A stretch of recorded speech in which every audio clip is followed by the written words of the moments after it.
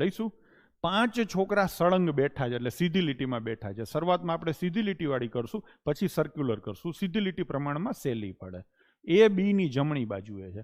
હવે અહીંયા જમણી બાજુ કીધી છે એટલે તરત હોય અને જમણા બાજુ થોડોક આઘે હોય. બરાબર છે. તો આપણે શું કરવાનું? પહેલા તો આનાથી ચાલુ કરવાનું, જેની પાછળ નોની નાનું હોય એનાથી ચાલુ કરવાનું. એટલે બી કર્યો. બી ની જમણી બાજુ એ ગમે ત્યાં હશે. હું હાવ શાંતિથી કરીશ. ઈ બી ની ડાબી બાજુ છે, તો ક્યાંથી ચાલુ કરવાનું? બી થી.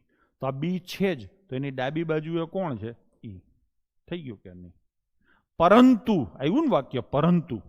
પરંતુ એટલે કોણ લેવાનો? તો કે આખા ગામની આગળ હોય ઈ લેવાનો. આખા ગામની આગળ કોણ છે? વાક્યની આગળ ઈ. તો અહીંયા શું લેવાનું? ઈ. ઈ છે એ સી ની જમણી બાજુ છે. તો ચાલુ ક્યાંથી કરવાનું? સી થી. તો આમાં સી નથી એટલે નીચે લખો સી.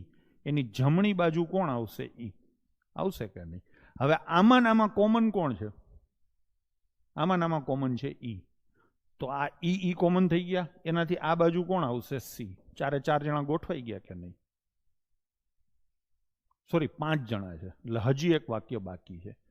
એ છે એ ડી ની ડાબી બાજુ. આ વાક્ય તો પતી ગયું ને.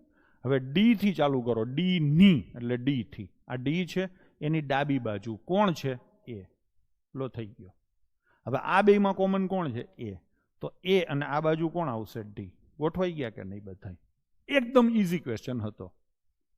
તો મધ્યમાં કોણ બેઠું છે? મધ્યમાં છે બી. તો અહીંયા જવાબ આવશે આપણો બી. ઓપ્શન બી આન્સર થશે.